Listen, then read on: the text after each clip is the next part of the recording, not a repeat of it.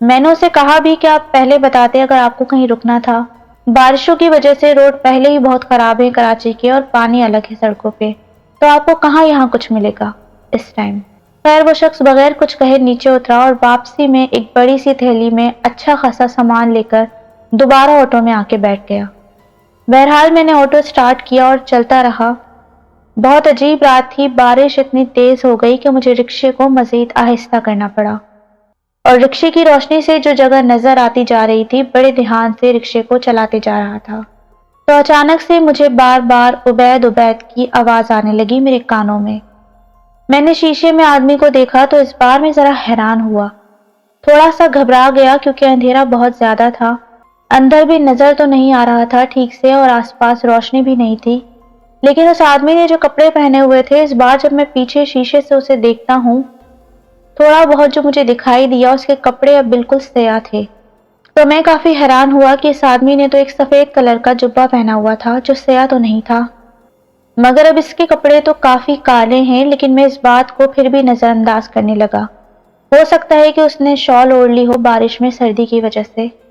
پھر کسی طرح میں کھارا در کی گلیوں میں پہنچ گیا، اور ان گلیوں میں پہنچنے کے بعد جس طرح میں وہاں اندر جا رہا تھا، دل چاہ رہا تھا کہ بس یہیں پر اتار دوں، راستے اتنے خراب تھے، بارش کا پانی پوری طرح سے جمع ہوا تھا گلیوں میں، اور مزید بارش ہوتی جا رہی تھی، رکشے کو آگے لے جانا اب ناممکن تھا۔ آدمی سے میں نے پوچھا کہ آپ کہاں جائیں گے؟ میں نے شیشے میں دیکھا وہاں پر تھوڑی بہت روشنی تھی، جس جگہ میں پہنچا تو اس نے کہا کہ مجھے موسیٰ لین جانا ہے۔ میں نے کہا کہ ہم موسیٰ لین میں ہی ہیں، ہم تقریباً یہیں پر ہی ہیں، آپ مجھے بتائیں کہ کون سی گلی کی طرف نکلوں۔ اب ایک عجیب سی سنسان سی گلی تھی، وہاں پر لے کر وہ مجھے چلا گیا۔ دونوں طرف بلڈنگز تھی، ایک تو بارش ہو رہی تھی، بہت ہی سنسان سی گلی تھی، وہاں پر پورا بارش کا پانی جمع تھا، تو وہاں رکنے کے بعد میں نے کہا کہ آپ اتر جائیں، بتائیں یا آگے جانا ہے؟ تو پیچھے مڑ کر دیکھتا ہوں تو کوئی بھی نہیں۔ میں حیران ہو گیا کہ گیا کہاں۔ اچانک سے ہڑبڑا کے رکشے سے نیچے اترا کہ میری سواری کہاں گئی، اسے تو مجھے پیسے دینے تھے، اور میں پیچھے دیکھتا ہوں تو وہاں جو سامان اس نے لیا تھا وہ رکھا ہی رہ گیا، سامان کے اوپر 1000 روپے کے 2 نوٹ پڑے تھے، مگر وہ آدمی نہیں تھا۔ میں نے وہ پیسے اٹھا لیے، میں نے کہا کہ کہیں جم لگا کے اتر تو نہیں گیا، مگر میں یہ سوچنے لگا کہ اگر وہ آدمی اترا ہوگا تو مجھے محسوس کیوں نہیں ہوا، ایسا کیسے ہو سکتا ہے، یہ تو ناممکن سا لگتا ہے۔ میں نے تھوڑا آگے پیچھے نظر گھمائی اور دیکھا کہ شاید یہیں آس پاس ہو، مگر وہاں اس سنسان جگہ پر دور دور تک کوئی نہیں دکھا۔ میں اپنا وہم سمجھ کے کہ شاید مجھے محسوس نہ ہوا ہو، بہت سوچ رہا ہوں، آگے چلا گیا۔ گلی سے باہر نکلنے کے لیے جگہ ڈھونڈ رہا تھا کہ روڈ پر کسی طرح شارٹ کٹ سے نکلوں۔ گلی بہت تنگ تھی، پانی جمع تھا، اور اوپر سے وہاں بائکس کھڑی ہوئی تھی، جگہ بھی نہیں تھی۔ اب اچانک سے میرے کانوں میں دوبارہ سرگوشی ہوئی، میں نے فوراً پلٹ کے دیکھا رکشہ روک کر تو پیچھے کوئی بھی نہیں۔ میں نے اتنی تیزی سے رکشہ نکالا کہ وہاں سے گھبراتے ہوئے اور کسی نہ کسی طرح میں گلیوں سے نکل کر گھبراہٹ کے مارے مین روڈ پر چلا گیا، اور جا کر میں دوبارہ کھڑا ہو گیا وہیں سٹاپ پر۔ وہاں پر بارش تو ہلکی ہو چکی تھی، مگر پانی اور خاموشی، اور پھر وہ عجیب سی رات، ایسا لگ رہا تھا کہ پوری دنیا کا نظام ہی رک گیا ہو بارش کی وجہ سے۔ اب میرے ذہن میں بس ایک ہی بات گھوم رہی تھی کہ موسیٰ لین کی سواری کہاں گئی، آخر کہاں گئی وہ سواری، وہ آدمی کہاں اتر گیا۔ مجھے محسوس ہونا چاہیے تھا، اور دوبارہ جو میرے کانوں میں عبید عبید کی آوازیں آئی تھی وہ کیا تھا۔ یہی باتیں سوچتے ہوئے دوبارہ میرے کانوں میں سرگوشی ہوئی کہ عبید مجھے موسیٰ لین جانا ہے۔ میں پیچھے مڑ کر دیکھ رہا ہوں تو رکشے میں کوئی بھی نہیں، لیکن مستقل مجھے کانوں میں یہی آواز آ رہی تھی کہ مجھے موسیٰ لین جانا ہے، مجھے موسیٰ لین جانا ہے۔ میرے پاس سے ایک مزدور گزر رہا تھا جس کے ہاتھ میں چھینی اور ہتھوڑا تھا۔ میں نے اس سے کہا کہ بھائی ذرا ایک بات سننا، بارش ہو رہی ہے، 1 منٹ آپ میرے رکشے میں بیٹھیں گے؟ تو وہ گھبرا گیا۔ میں نے کہا کہ نہیں، آپ بیٹھے تو صحیح، بھائی رونق والی جگہ ہے، ڈرے مت۔ تو وہ رکشے میں بیٹھ گیا۔ میں نے اس سے کہا کہ کیا آپ کو کسی قسم کی آوازیں محسوس ہو رہی ہیں؟ مجھے بار بار ایسا لگ رہا ہے کہ میرا کوئی نام پکار رہا ہے۔ تو اس نے کہا کہ تمہارا دماغ خراب تو نہیں ہو گیا، اور نیچے اتر کر چلا گیا۔ پیچھے سے بار بار یہ غصے میں کرتا جا رہا تھا جیسے میں نے اس کا ٹائم ضائع کر دیا ہو۔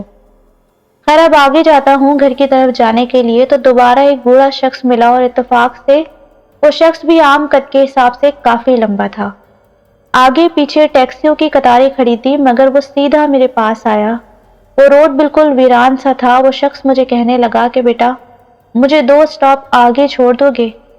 راستے بہت گندے ہیں، بارش کی وجہ سے پانی جمع ہے اور میرے پاس پیسے بھی نہیں ہیں۔ تو میں اس کی بات سن کر کافی حیران ہوا۔ دل میں سوچا کہ چلو ان کی مدد ہو جائے گی۔ میں نے انہیں بٹھا لیا، مگر اس بار تو مجھے بہت زیادہ خوف محسوس ہو رہا تھا، لیکن میں نے آیت الکرسی پڑھ لی تھی۔ اب میرا ایمان تھا کہ اب مجھے کچھ نہیں ہو سکتا، جو ہوگا دیکھا جائے گا۔ بہرحال اس شخص نے رکشہ رکوایا اسٹاپ سے پہلے ہی اور کہنے لگا کہ بس یہیں اتار دو۔ وہ جگہ اتنی سنسان اور ویران تھی، بارش کے پانی سے بھری ہوئی تھی، اور وہ شخص پانی میں اس طرح جانے لگا ایک بلڈنگ میں اندھیرے میں کہیں، جیسے وہ بنا قدم کے اڑتے ہوئے جا رہا ہو۔ مجھے اب یقین ہو گیا تھا کہ کچھ تو ہے جو میرے ساتھ چل رہا ہے، کیونکہ میں نے اس کے پاؤں دیکھے، اس کے دونوں پیر ایک ہی جگہ ساکن تھے، لیکن وہ آگے جاتے جا رہا تھا۔ گلی میں اندھیرا بھی بہت تھا۔ میں نے اپنے رکشے کا ہینڈل اس کی طرف گھمایا۔ رکشے کو ٹرن کر کے میں نے باقاعدہ روشنی میں دیکھا کہ اس کے پاؤں ہل نہیں رہے تھے، لیکن وہ آگے جاتا جا رہا تھا، اور یہ سوچ کر میرا شک یقین میں بدل گیا کہ میں نے آج جو سواری اور لفٹ دی ہے وہ کوئی اور مخلوق ہے۔ میں وہاں سے بھاگا ہوں اور سیدھا گھر آ کر چین کا سانس لیا۔ میں نے اپنی بیوی کو پورا واقعہ سنایا، وہ راشن سے بھری ہوئی تھیلی، وہ سرگوشیاں اور وہ پیسے۔ تو میری بیوی نے کہا کہ چھوڑ دو سب کچھ، ہو سکتا ہے کہ اللہ کی طرف سے کوئی مدد ہو، مگر ایک خوف تھا کہ ان پیسوں کو استعمال کیسے کروں، کہیں یہ راشن اور پیسے مجھے نقصان تو نہیں دیں گے، پیسوں کو گھر میں رکھوں تو بھی نقصان نہ ہو۔ یہی سوچتا رہا کہ یہ پیسے آخر مجھے کسی جن نے دیے ہیں۔ میری بیوی نے کہا کہ چھوڑو سب، جاؤ اور صبح کے لیے چائے کی پتی اور دودھ لے کر آ جاؤ، بریڈز، انڈے وغیرہ، یہ تمام چیزیں اس نے مجھ سے منگوائیں اور میں لے کر آ گیا۔ رات کافی ہو چکی تھی جب میں یہ سامان لے کر گھر جا رہا تھا۔ راستے میں اپنی اسی تھیلی کو دیکھ کر سامان کی سوچ رہا تھا کہ یار پیسے تو بالکل اصلی دیے، لیکن آخر وہ کون تھے؟ موسیٰ لین جانے والی سواری اور وہ بوڑھا شخص، ایک ہی رات 2 بار ایسے واقعات، اور دونوں کا آپس میں کیا تعلق ہو سکتا ہے؟ مجھے کچھ سمجھ نہیں آیا، عجیب سی بات تھی، لیکن زندگی میں ایسا بھی ہوتا ہے، اور وہ سیاہ طوفانی بارش کی رات میں آج تک نہیں بھولا اور نہ ہی کبھی بھول سکتا ہوں۔ یہ تھی وہ سٹوری جو ہماری لسنر نے ہم سے شیئر کی تھی۔ سٹوری اگر اچھی لگی ہو تو پلیز سٹوری کو لائک کر دیجیے گا اور چینل کو بھی سبسکرائب کر دیجیے گا اور بیل آئیکن کو بھی پریس کر دیجیے گا تاکہ آپ لوگوں کو اس طرح کی سٹوریز کی نوٹیفیکیشنز ملتی رہیں۔ ملتے ہیں نیکسٹ ایپیسوڈ میں ایک نئی سٹوری کے ساتھ، تب تک کے لیے اجازت چاہوں گی۔